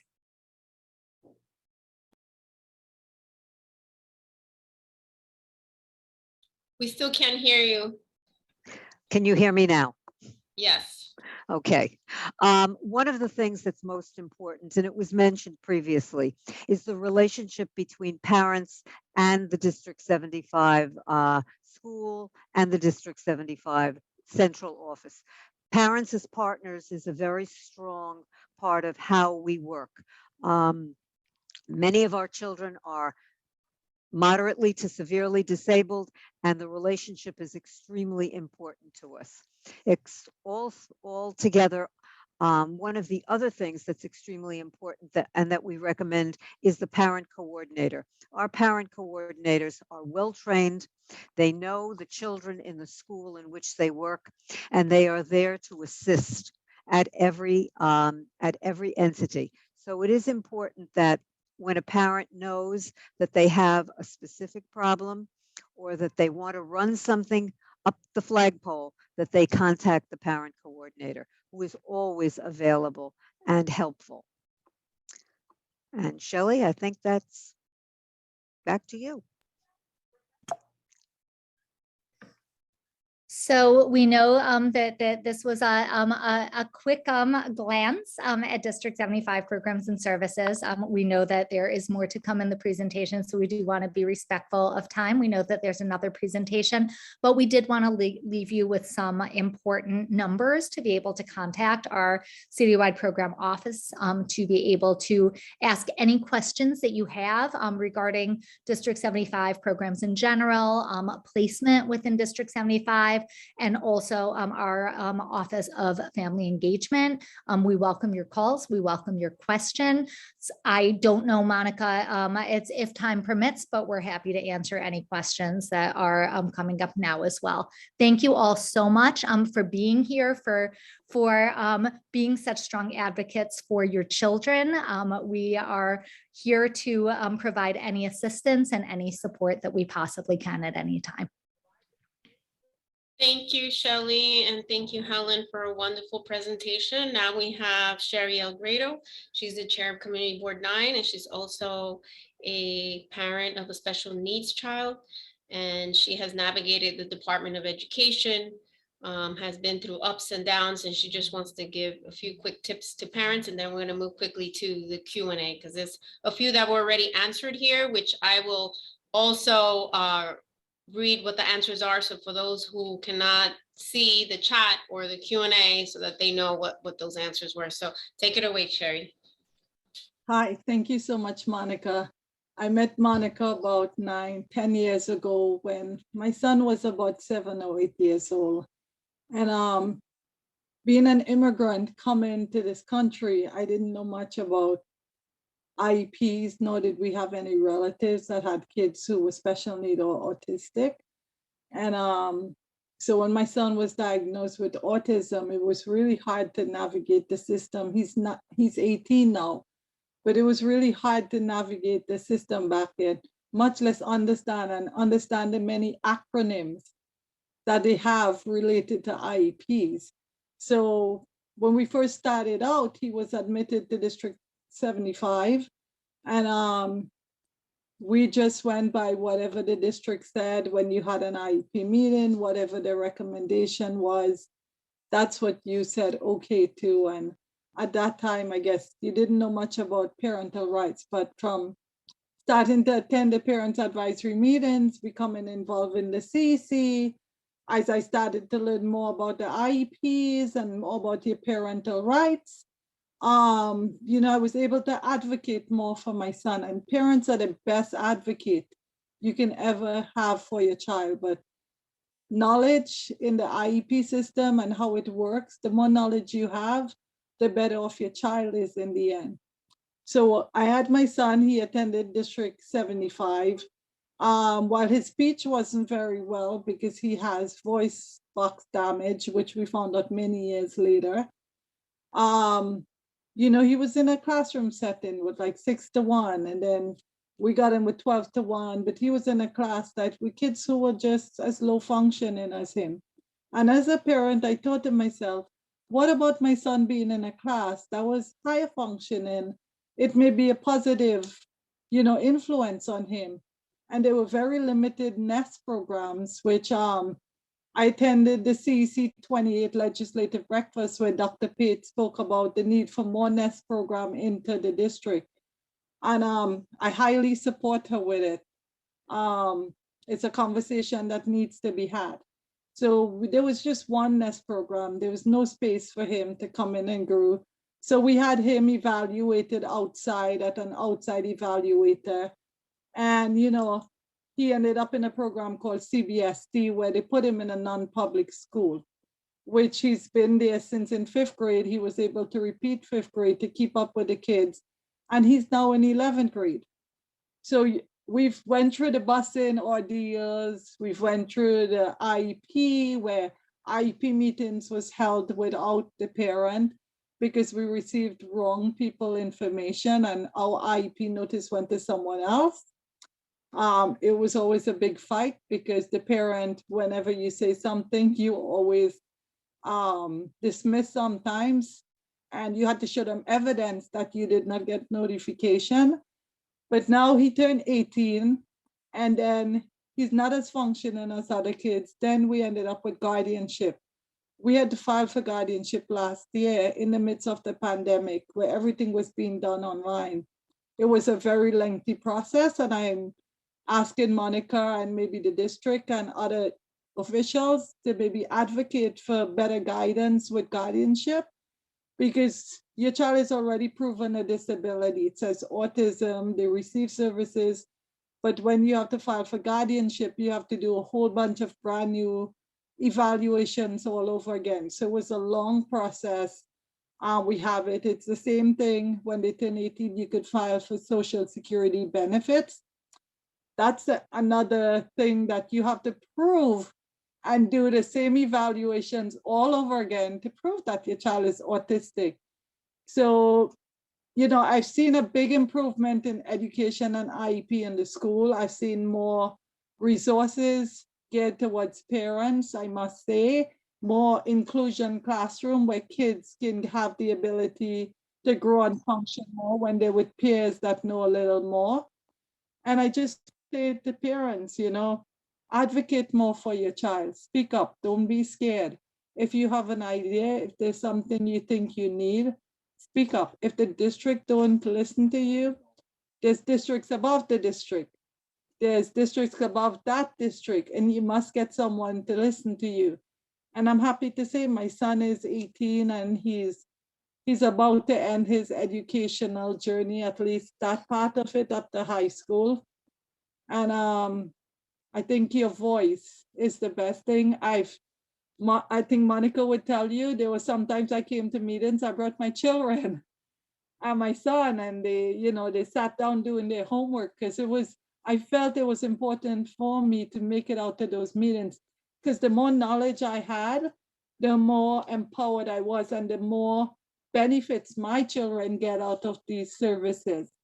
And I could see how much those meetings were worth it to attend. So when Monica asked me if I would say something and give a testimony, I definitely would say yes, because being a part of the process, listening to all about the IEPs, I heard the presentations, and I was like, wow, I wish when my son was 4 years old, I had these presentations so that I can hear them and it could make my life a little easier, because I wouldn't know what to do and it would make his life easier.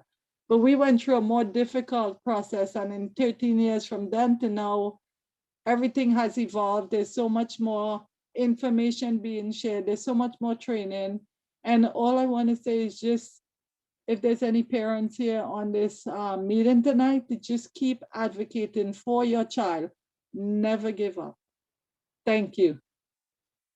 Thank you so much, Sherry. And just quickly, I just want to introduce Deborah Dillingham. She's the Panel for Education Policy representative for the Borough of Queens. She's going to give her quick testimony, and then we really have to move on to the Q&A. So take it away, Deb. Thank you. Okay, thank you, everyone. Great presentation, and following this system from kindergarten all the way through, there have been really incredible improvements over the last 10 years, and you continue to make improvements, so thank you. I have a son who we went from early intervention all the way up through 12th grade, and he was not a D75, but he got related services, one-on-one services for math and English. And I just want to say that through all the help that he received, he went on to NYU and graduated with honors. But what's important to me is in seeing this presentation for parents is really never to allow anyone to say no to you. I told someone today I had to manage the process, and I did. I helped manage the process all the way through school. I educated the educators every single year. I met with the team, the IEP team, every year, and we worked as a team. So you can't expect parents, you cannot expect the DOE to do it alone. Your participation is absolutely needed and as important to the process as the teachers. And never let anyone say your child doesn't need services when they do. So I just want to add, I did have to laugh about the teachers leaving the room, and they're not allowed to leave the room they're not allowed to tag team. I really hope that you are checking that, because there was never a meeting in all those years where a teacher didn't leave the room. Someone from that team, when we did annual reviews, left the room. So I'm glad that you've recognized it, and I hope there are improvements being made. And I just want to say, not only D75, but related services are so important. And if my child didn't have one-on-one services, he wouldn't be where he is today. So I do thank the New York City school system and the public school system, because I don't really think he would have gotten those services had we not gone through the public school system. So thank you from our family. Thank you, Deb. So we're just going to go quickly to the Q&A. I see that some of the questions here are already answered, but for those who did not RSVP and are watching us, because this is recorded, I'm just going to read the question and I'm going to read the answer as well. Once a child receives an IEP in middle school, does this automatically follow them into high school? And the response from Carrie: hi, at the annual review IEP meeting each year, that continuation of programs and services for the following year will be discussed. As a parent, you have the right at any time to request termination of services so the services can continue, or you can terminate them. Okay, another question. Does having an IEP hurt my child when it's time to apply to high school when it comes to wanting special programs like BARD Early College or Performing Arts program? Again, from Carrie: no, all New York City Department of Education high schools must consider the student on his or her own merits. Once accepted, the school must provide all programs and services on the current IEP. Okay, can we have a copy of the PowerPoint presentation? Yes, everybody who RSVP'd will get a copy of both presentations. I will email it to everybody this evening. Another question: if a child is struggling, if a child is struggling and scoring low on exams before being evaluated for an IEP, then services out into place after IEP and the child performs better, is there any way to document next to the bad grades that a learning disability was uncovered and play a role in the low grades so it won't be like a scarlet letter for future opportunities? Can these grades ever be removed from the child's record? Again, the answer from Carrie Effett: generally, those low grades will remain as your child moves up in the grades. The better grades will be emphasized over the lower ones. Okay, and then also, are IEPs translated in the parent's language? They are, right? Yeah, yes, they are. And the DOE provides that as a service for any family for an IEP. Okay, great. Okay.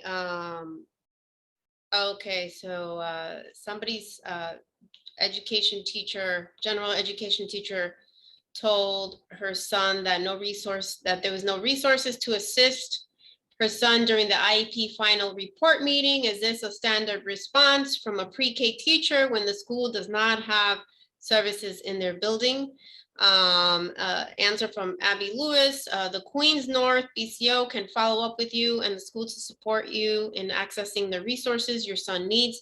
Please feel free to email Abby Lewis, Lewis, LEWIS 22 at schools.nyc.gov, and she'll connect you with the support from the district. Also, answer from Carrie Yeffet. Karina, it is possible that the teacher meant that your child requires supports in a different classroom. You should bring this concern up again at the school, perhaps with the parent coordinator and or the head of the pre-K program, to ask specifically what kind of supports can be provided. And if the school does not have supports for your child, what do they consider appropriate support for your child's needs? A request was made for the information for the special education compliance complaint. The complaint can be found on the www.uft.org website. Again, www.uf as in Frank, T like Tom, .org. Then type in the search box, special education compliance complaint. The link is also in the presentation, which I will be emailing to everybody. Okay, great. Also, how does a parent who needs like a parent advocate, so if somebody from the DOE can answer this, right? Because I know that there's parent advocates out there who can help other parents. And these are parents who are really well versed in all the policies and regulations. So how can, like, who does a parent call to get this extra help where that parent advocate can come with them to these meetings? So I would recommend that a family contact their citywide education council. The parents on those councils are very involved in helping to link families to the supports that they need and the advocates that they might need. So that is definitely a route that a family might choose to go. There are a lot of advocacy organizations across the city as well that do provide direct supports to families. Great, thank you. All right, I'm looking. That was should my child be present at the meeting? Absolutely, your child should be present at an IEP meeting. It's important as parents that we empower our children through this process, that we help them reflect on their strengths, needs, and the supports that are helpful for them, and in communicating that so we can all work together to get them the help they need. Ultimately, our goal is for students to take on a leadership role during their meetings and become their own best advocates. And can I just jump in there? Sure. So I'm going to give you the parent perspective on that. And that is, my child did not attend those meetings because it was stressful. And at the time they weren't, family oriented, I would say. And there's always a fear that they were going to try and cut services. So he did not attend those meetings. And I was happy as his parent not to, because I was advocating for him. And he can advocate for himself now. But there were times when he couldn't do so. And we as a family didn't want the DOE to sway the meeting. So that's just our perspective. Thank you, Deb. There's a question here. I don't see the question. I remember seeing it earlier, but the question was about if having a shortened schedule, is that part of an IEP? And the answer was no, there is not a requirement for a shortened schedule for a student with an IEP. Okay, I see this. All right, let's see. Okay, so I have two quick questions, and then we'll wrap it up until I find the other questions on here. I think pretty much everything was answered. Parents have been concerned, right, that during the pandemic and the remote learning that their child regressed. So all this progress, right, that was made when they were in, I mean, now they're in school and in person, but, many kids regress. So did the DOE, or is the DOE providing extra supports to these students that regress during the time of remote learning? Well, part of that was the intention of the New York City Department of Education's special education recovery services that were given at every school. They were supposed to be given after school, some cases Saturdays, some cases remote. And the special education recovery services was specifically for students with IEPs, in particular to address those lags and needs. But similarly, for those general ed students, there were supposed to also be those types of interventions given throughout the school day. Thank you. I have a question. What if the mandated participants in the meeting leave before the full duration of the meeting is over? What can a parent do? So you as a parent can speak up and you can outright call it out and say, I'm sorry, but I understand the IEP process. I understand that the mandated team members are to be present for the entire meeting. And if this individual cannot stay longer, then you can request that the meeting be adjourned until such time as a part 2 can be scheduled with all mandated team members present. Great, thank you. Also, has the Department of Education considered game-based learning for District 75 children, where there's some studies that children are engaged in, get very engaged in game-based learning, where it's a game, but they're actually learning about math, science, and history with analytics that can be printed out. And there has been studies where parents and teachers actually get shocked about how well they did, because everybody learns differently, right? It doesn't mean that they can't learn. No, everybody learns differently. You can't expect everybody to be like the same cookie cutter, right? So is there something that the DOE is looking into? Because we do have organizations that reach out to us as well about game-based learning, and many stuff look very interesting. And I was just wondering, now that there's money coming down to the Department of Education from the lawsuit, if District 75 is going to be getting any of this funding, and if they're considering coding and robotics for special needs children as well as part of the curriculum and programming. Monica, I'm so glad that you asked, and we'd love to hear the resources that you're hearing from those that are reaching out to you, so we can look into those programs as well.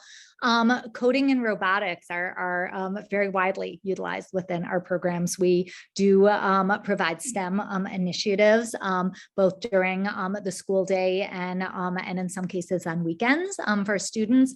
And we do find that the multiple modalities through which students learn are very key. So it's our expectation that we're matching students' interests and abilities and the modalities through which they learn best with what we're providing in the classroom. So in addition to the core curriculum and some of the components of the school day that everybody's participating in, there are a lot of customized supports for students to be able to look at specific interventions that might be enticing and motivating to them. So we're always looking to make those matches for our students to make sure that everybody has the opportunities and the interventions to be able to help them be successful. Terrific, thank you. And also, is the DOE looking into perhaps extending the time period for students in District 75? I know they age out at 21, but some parents are advocating for 26 years of age, if possible, for those with severe disabilities, learning disabilities. Is that something the DOE can consider or maybe looking at? It's what's coming next in terms of opportunities for those additional needs for students is definitely being discussed, and more to come as soon as confirmation of what that's going to look like moving forward is available. Great, thank you. What if a school only offers special education recovery services, but not related services recovery services due to no available providers? So my understanding, and there are other people on the call can certainly also reaffirm that what should have happened was that if the school did not have a provider to provide the SERS, they should have reached out to district to connect with potentially another related service provider within the district, not necessarily at their school, but within the district, who could connect with that child. They're certainly welcome to discuss this with the district office. I can also put in a chat there's an email that was set up at the UFT for questions, concerns about the special ed recovery service. I can put that in the chat. Thank you. Who supports the 504 parent? And if you can explain for those parents who don't know what 504 is, if you can briefly explain what 504 and who supports the 504 parent. Either Carrie or Shelley. Yeah, I was going to actually ask Helen if she wants to respond. I'm to this. gonna unmute. Thank A child with a 504 is a child who needs an accommodation but does not have an IEP. So if a child, and that's a parent's right to say whether they want an accommodation via a 504. And those generally the borough office, the borough field office, or in the community schools, it might be the AZ, or it might be the Center for Technology, depending upon what it is. It depends upon what the accommodation would be. Many times the accommodation is hearing assistive technology or something to help a student who's blind or visually impaired.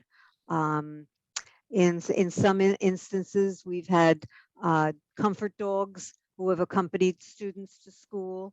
But it's unique to the child, and it's unique to the school and the district as to how the 504 is implemented. And isn't extra time also a 504 accommodation, which then could also lead to an IEP depending on the need? Well, it depends upon what is in the best interest of the child. In other words, a 504 for hearing assistive technology might be better served if the child had the teacher, the hearing related service teacher, coming to the school, even if it's once a week or once every 2 weeks, to just make sure that the FM unit or the hearing assistive technology is being appropriately used, that the staff at the school are being appropriately trained. So you really have to look at the situation to see what can be offered to the child without an IEP and what would benefit the child with the IEP. And all of those things really should be a discussion between the family and the school, and perhaps some of the special education people at the school. It might be the psychologist, it might be a hearing assistive, teacher who works at the school with another pupil.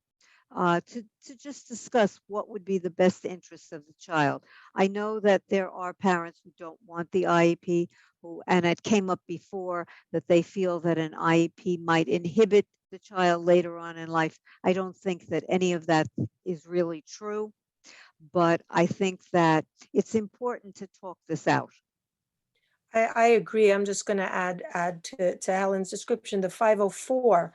When a 504 is authorized, whether it's for time, whether it's because they've broken their arm, whether it's because they need hearing devices, it's really a decision made to provide the support for the circumstance that's occurring, present. A 504 as a specific start date and end date. It can be for that school year. It can actually be less. A 504 can be approved for a 6-month period, a 3-month period, the 10 months of the school year, the 12 months of the school year for District 75 programs. And then it has to be revisited. And so versus the IEP process, where the child is evaluated, and then there is, as you heard earlier, the team discussing the results of the evaluations and observations. And to Ellen's final point, I think people need to be mindful that the 504 may start out as a way to support your child because a situation has arisen. And then at some point, if that situation is not resolving itself or is not decreasing, then the conversation should be had in more depth about what is most beneficial to your child to continue with this process, which, as I said, is consistently reviewed and restarted versus the IEP process. And that's a decision, as Helen said, case by case. Great, thank you. Quick, two questions. Does 504 and IEP providers ever connect? Are they documented relationships, evolutions, transitions between? Are there documented relationships, evolutions, transitions between the two? Not necessarily, because again, the 504 is usually issued for a specific circumstance. The child may or may not have an IEP. If the child already has an IEP and the 504 is being given in addition to that, for some health reason that came up or whatever, then of course they would connect and collaborate. But if the child is at present under the general ed category, they wouldn't necessarily be working with a special education provider in those circumstances. Thank you. Can a parent be invited to be part of District 75 if their child receives an IEP? Is that true? If a child's IEP, I mean, I think that there are a couple different questions. Just there. wait. So Wait. in terms of a parent being invited to learn more about District 75, that's always an opportunity. And we do encourage any questions and we open our doors to any parent that would like to engage with our team to find out information. In terms of an IEP being synonymous with District 75, that's not the case. So an IEP means that a child has been recommended for special education services and supports.